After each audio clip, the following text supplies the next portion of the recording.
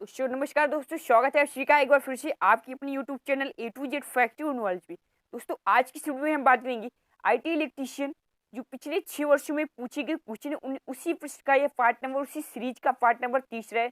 जिन्होंने अभी तक पिछला वीडियो नहीं देखा, डिस्क्रिप्शन में लिंक है, वहां जाकर आप वीडियो को चेक कर सकते हैं। और यह जो वीडियो होने वाला है ना कि आईटी इलेक्ट्रीशियन बल्कि सभी टेक्निकल एग्जामों के लिए बहुत ही इंपॉर्टेंट होने वाला है। तो वीडियो आप पूरा बहुत ध्यान से सुनिएगा। और वीडियो को स्टार्ट करें उससे पहले आपसे छोटी सी रिक्वेस्ट है, अगर चैनल पर पहली बार आए हैं तो चैनल को सब्सक्राइब करके बेल के आइकन को जरूर प्रेस करें और वीडियो अच्छा लगे तो वीडियो को लाइक जरूर करेंगे। तो चलिए ज़्यादा समय तो आज की वीडियो को स्टार्ट करते हैं। तो पहला प्रश्न है, एक 3 फेज अल्टरनेटर के दक्षिणी वाट घूर्णन के लिए इसके तीनों आउटपुट वोल्टेज का फेज क्रम RYV होता है। जैसे कि आप सीखे तो जो फेज अनुक्रम होता है वो RYV ही होता है। यदि अल्टरनेटर की वार्मावार दिशा को में घुमाया जाए तो फेज का जो क्रम है वो क्या होगा?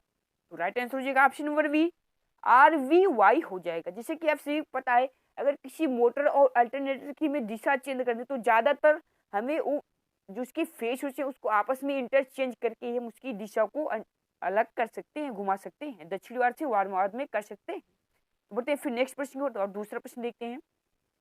दोस्तों, यह जो प्रश्न है वो 2018 में पूछी गई आईटी इलेक्ट्रीशियन में वही उसी के प्रश्न है ये सभी। तो दूसरा प्रश्न कह रहा है, एक अल्टरनेटर में वोल्टेज ड्रॉप डैश डैश के कारण होता है। यानी कह रहा है एक अल्टरनेटर जो होता है उसमें वोल्टेज ड्रॉप किसके कारण होता है? तो आपके सामने 4 ऑप्शन है, चारों का राइट आंसर हो जाएगा ऑप्शन नंबर सी, आर्मेचर प्रतिरोध, लीकेज रिएक्टेंस और आर्मेचर प्रतिक्रिया के कारण होता है। तीनों के कारण होता है, आर्मेचर प्रतिरोध के कारण, लीकेज रिएक्टेंस के कारण और आर्मेचर प्रतिक्रिया, इन तीनों के कारण अल्टरनेटर में वोल्टेज ड्रॉप होता है।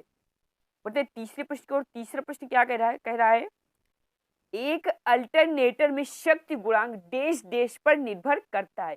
यानी कि अल्टरनेटर में शक्ति गुणांक किस पर निर्भर करता है? तो इस प्रश्न का राइट आंसर हो जाएगा ऑप्शन नंबर ए, भार पर निर्भर करता है। किस पर निर्भर करता है दोस्तों? भार पर निर्भर करता है, यानी कि जो आउटपुट जो लोड होता है उस पर निर्भर करता है। बताते हैं चौथा प्रश्न जो कि न्यूमेरिकल क्वेश्चन है दोस्तों।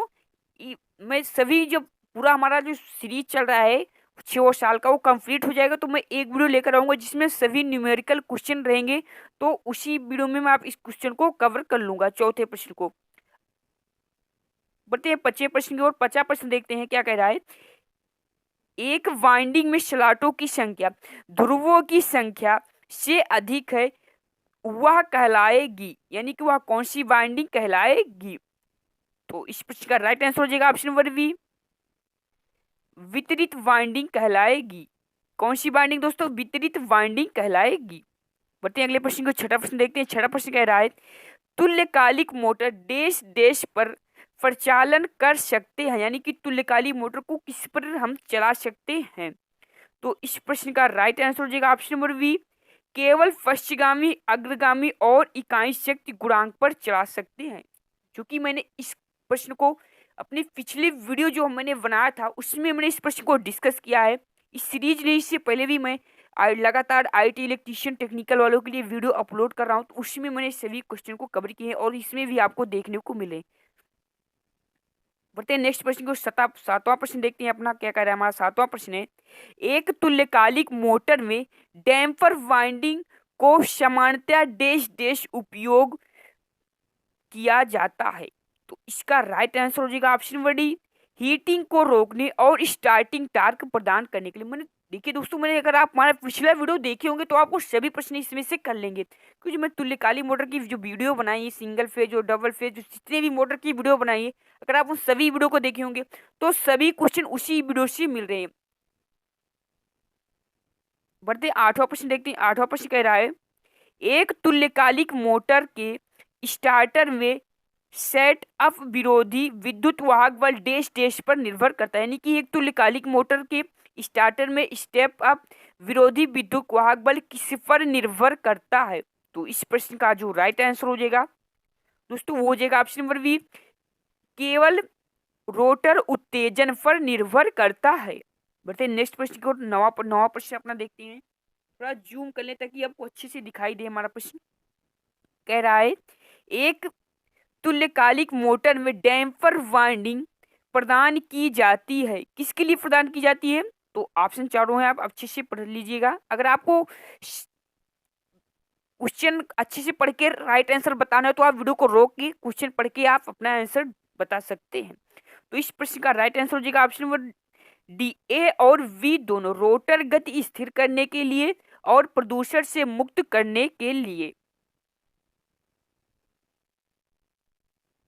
बढ़ते अपने 10वें प्रश्न की ओर। 10वां प्रश्न देखते हैं जो कि है हाइड्रो इलेक्ट्रिक पावर स्टेशन के लाभ क्या होते हैं। यानी कि कह रहा है हाइड्रो इलेक्ट्रिक जो पावर स्टेशन होते हैं उनके क्या क्या लाभ होते हैं। तो इस प्रश्न का राइट आंसर हो जाएगा ऑप्शन नंबर डी उपरोक्त सभी। यानी कि कम प्रचालन लागत होती है इनकी, और ये जो होते हैं प्रदूषण मुक्त भी होते हैं। इसमें किसी प्रकार का प्रदूषण नहीं होता इस इलेक्ट्रिक पावर प्लांट में। जैसे कि कोयले में हमें बहुत प्रदूषण देखने को मिलता है, तो यहाँ पर हमें एक भी किसी प्रकार का कोई प्रदूषण नहीं देखने को मिलेगा। और ईंधन ट्रांसपोर्टेशन की समस्या से भी मुक्त होते हैं ये। बढ़ते अपने 11वें प्रश्न की ओर। 11वां प्रश्न देखते हैं, कह रहा है एक ऑटो ट्रांसफार्मर को एक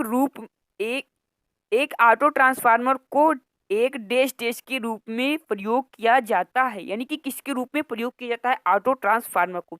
स्टेप अप ट्रांसफार्मर के, स्टेप डाउन ट्रांसफार्मर के रूप में, ए और वी दोनों, और ऑप्शन नंबर डी उपरोक्त में से कोई नहीं। तो इस प्रश्न का जो राइट आंसर हो जाएगा ऑप्शन नंबर बी, ए और वी दोनों के रूप में हम प्रयोग कर सकते हैं।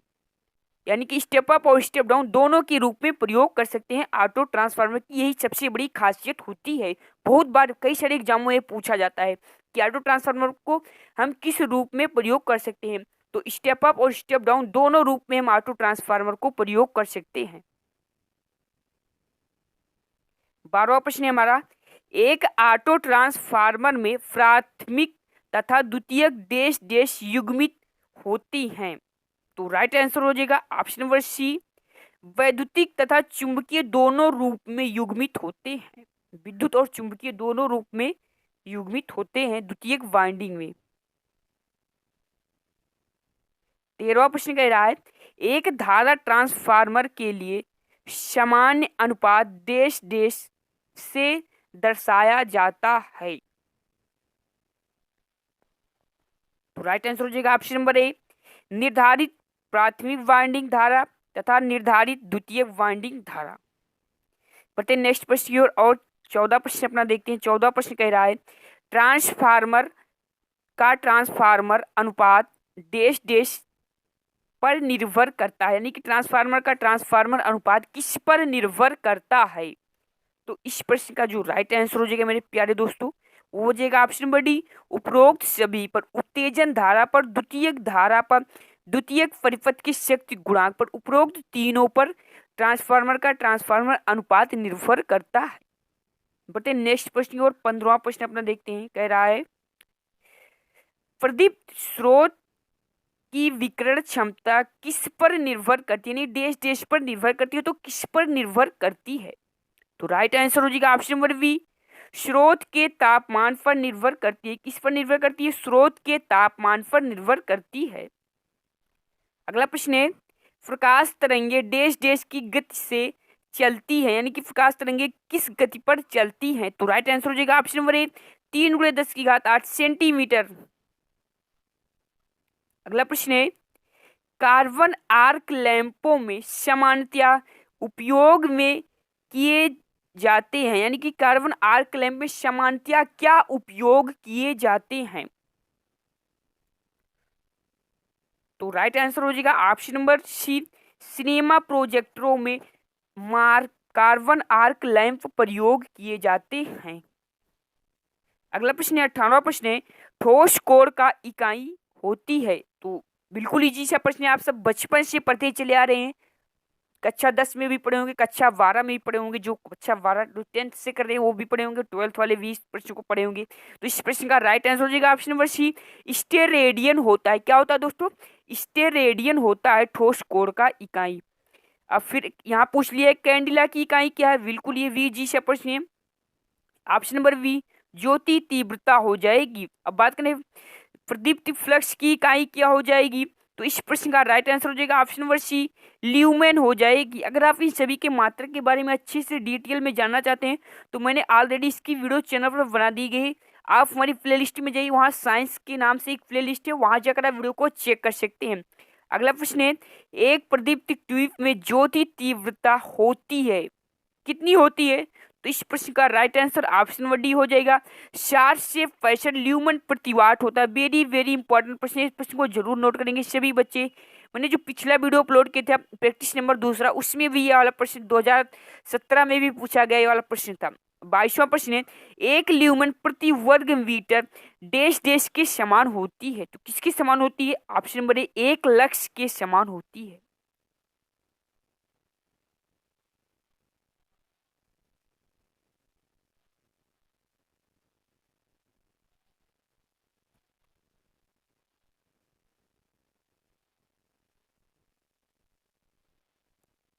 तो हमारा अगला प्रश्न है, फॉरवर्ड वाइज पीएन जंक्शन पर आधारित है, यानी कि फॉरवर्ड वाइज जो पीएन जंक्शन पर क्या आधारित है? Photo diode, LED, photovoltaic cell, A और बी दोनों। तो इस प्रश्न का जो राइट आंसर हो जाएगा मेरे प्यारे दोस्तों, हो जाएगा ऑप्शन नंबर बी, एलईडी आधारित है। क्या है दोस्तों? LED forward wise PN junction पर आधारित है। Option number. तो दोस्तों अगला प्रश्न है, फोटो डायोड का उपयोग देश देश को पहचानने के लिए किया जाता है, किसको पहचानने के लिए फोटो डायोड का प्रयोग किया जाता है? तो ऑप्शन नंबर डी इस प्रश्न का राइट आंसर हो जाएगा, दृश्य प्रकाश और अदृश्य प्रकाश दोनों को देखने पहचानने के लिए, देखने के लिए हम फोटो डायोड का प्रयोग करते हैं। बढ़ते हैं नेक्स्ट प्रश्न की ओर और अगला प्रश्न देखते हैं। अगला प्रश्न कह रहा है, एलईडी द्वारा उत्सर्जित प्रकाश का तरंग देश देश पर निर्भर करता है। तो एलईडी द्वारा जो उत्सर्जित प्रकाश होता है वह किस पर निर्भर करता है? तो इस प्रश्न का राइट आंसर हो जाएगा ऑप्शन नंबर डी, अर्धचालक सामग्री पर निर्भर करता है, यानी कि वो किस अर्धचालक सामग्री से बनी हुई है उसी पर वह निर्भर करता है, उसका जो प्रकाश होता है।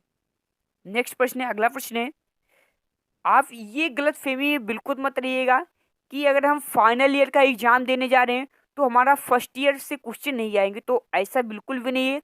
आपको फर्स्ट ईयर से भी कई सारे क्वेश्चन देखने को मिल सकते हैं, तो इसलिए हो सकेगा तो आप पिछले एक बार आप पूरा बुक अच्छे से फर्स्ट ईयर सेकेंड ईयर सबको रिवीजन कर लीजिएगा। अगला प्रश्न है, अर्थ वायर देश देश से कम पतले नहीं होने चाहिए। तो राइट आंसर हो जाएगा ऑप्शन नंबर डी, R101 से तार से कम पतले अर्थवायर को नहीं होना चाहिए। अगला प्रश्न है, ऑटोमोबाइल में हॉर्न से ध्वनि देश देश के कारण उत्पन्न होती है।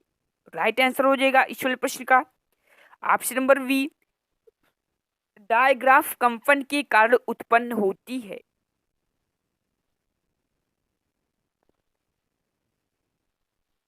अगला प्रश्न है हमारा 29वां प्रश्न है, एक स्थिर शक्ति प्रकार के भार है। तो इस प्रश्न का राइट आंसर हो जाएगा ऑप्शन नंबर सी, टार्क गति के व्युत्क्रमानुपाती होता है। एक स्थिर शक्ति प्रकार का जो भार होता है वो टार्क गति के व्युत्क्रमानुपाती होता है। अगला प्रश्न है 30वां प्रश्न कह रहा है हमारा, एक प्रेरण मोटर का फ्रेम सामान्यतः देश देश के बने होते हैं। एक जो प्रेरण मोटर होता है उसका जो फ्रेम होता है वो किसका बना होता है? बिल्कुल इंपॉर्टेंट प्रश्न है और इजी भी प्रश्न है।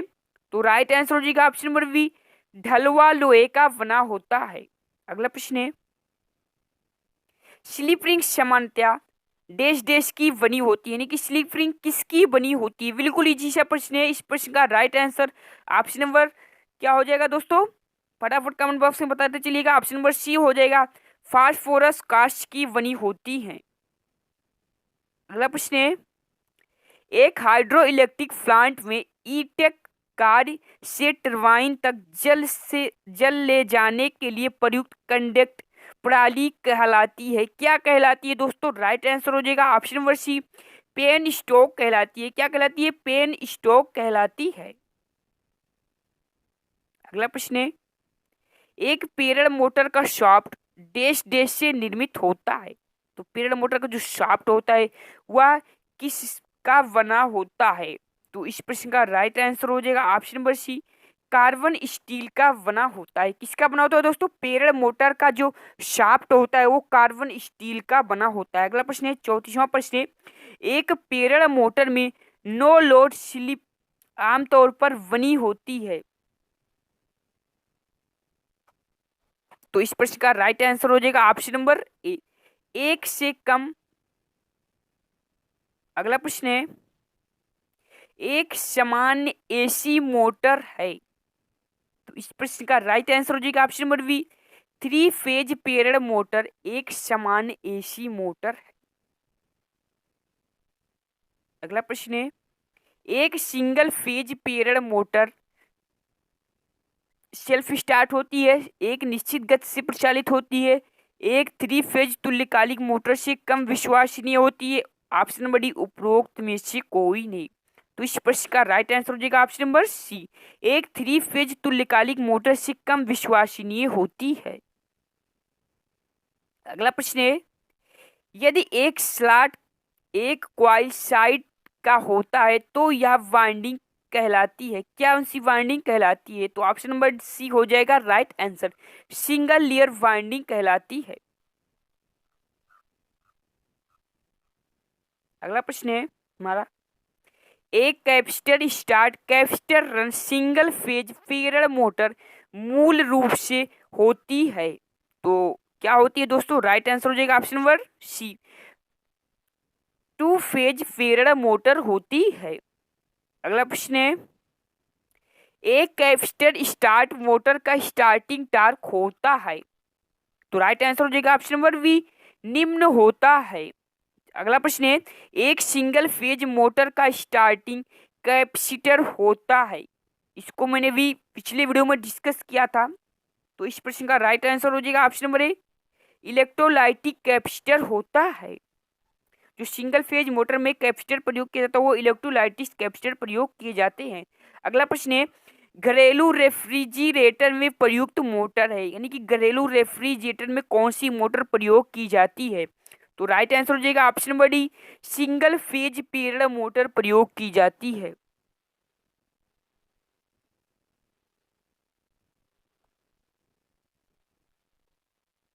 अगला प्रश्न देखते हैं, 42वां प्रश्न कह रहा है, एक कैपेसिटर स्टार्ट सिंगल फेज प्रेरण मोटर का शक्ति गुणांक सामान्यतया कितना होता है? तो इसका राइट आंसर हो जाएगा ऑप्शन नंबर डी, 0.6 पश्चगामी होता है। कितना होता है दोस्तों? 0.6 पश्चगामी होता है। अगला प्रश्न है, रिपल्सन मोटर में हानि होने का कारण। तो राइट आंसर हो जाएगा इस वाले प्रश्न का ऑप्शन नंबर डी, उपरोक्त सभी कारण हो सकते हैं।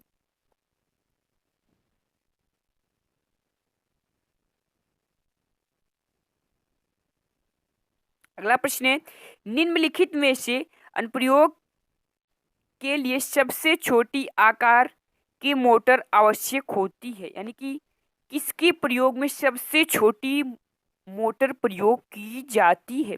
तो बिल्कुल इजी सा प्रश्न है, अगर आप थोड़ा भी दिमाग लगाएंगे तो इस प्रश्न का राइट आंसर जरूर बता देंगे। तो राइट आंसर हो जाएगा ऑप्शन नंबर बी, वैद्युतिक घड़ी, यानी कि जो वैद्युतिक घड़ी होती है उसमें सबसे छोटी मोटर प्रयोग की जाती है। अगला प्रश्न है, निम्नलिखित में से कौन बायोमास का स्रोत नहीं है? तो इस प्रश्न का राइट आंसर हो जाएगा ऑप्शन नंबर डी, नाभिकीय ऊर्जा बायोमास का स्रोत नहीं है। अगला प्रश्न है, सूर्य की ऊर्जा का स्रोत है। तो इस प्रश्न का राइट आंसर हो जाएगा दोस्तों ऑप्शन नंबर सी, नाभिकीय संलयन के कारण। अगला प्रश्न है, वैक्यूम क्लीनर के लिए किस मोटर का चयन किया जाता है? तो इस प्रश्न का राइट आंसर हो जाएगा option number A, universal motor का चयन किया जाता है वैक्यूम क्लीनर। और यहीं पर अगर होता है मिक्सर ग्राइंडर तो उन सभी में हम यूनिवर्सल मोटर को प्रयोग करते हैं। अगला प्रश्न है 49वां प्रश्न है, एक अल्टरनेटर में सैलिएंट पोल का लाभ है। तो इस प्रश्न का right answer option number C हो जाएगा, निम्न तथा मध्यम गति अपनाने की क्षमता। हमारा लास्ट प्रश्न है, भारत में उत्पन्न होने वाली विद्युत का सबसे बड़ा भाग देश देश के द्वारा प्राप्त किया जाता है, यानी कि जो सबसे ज्यादा विद्युत किस स्रोत से हमें पैदा की जाती है भारत में? तो इसका राइट आंसर हो जाएगा ऑप्शन नंबर बी सी, तापीय पावर प्लांट से सबसे ज़्यादा विद्युत भारत में पैदा की जाती है। दोस्तों ये थे 2018 में पूछे गए आईटी इलेक्ट्रीशियन से कुछ बहुत ही इंपॉर्टेंट क्वेश्चन जो कि आपकी समझ मैंने डिस्कस किया। आशा करो तो आपको वीडियो जरूर अच्छा लगा है। अगर वीडियो अच्छा लगा तो वीडियो को लाइक कर दे और चैनल पर नए अभी चैनल को सब्सक्राइब नहीं हो तो चैनल को सब्सक्राइब करके बेल के आइकन को जरूर प्रेस करिए। मिलते हैं फिर नेक्स्ट वीडियो के साथ।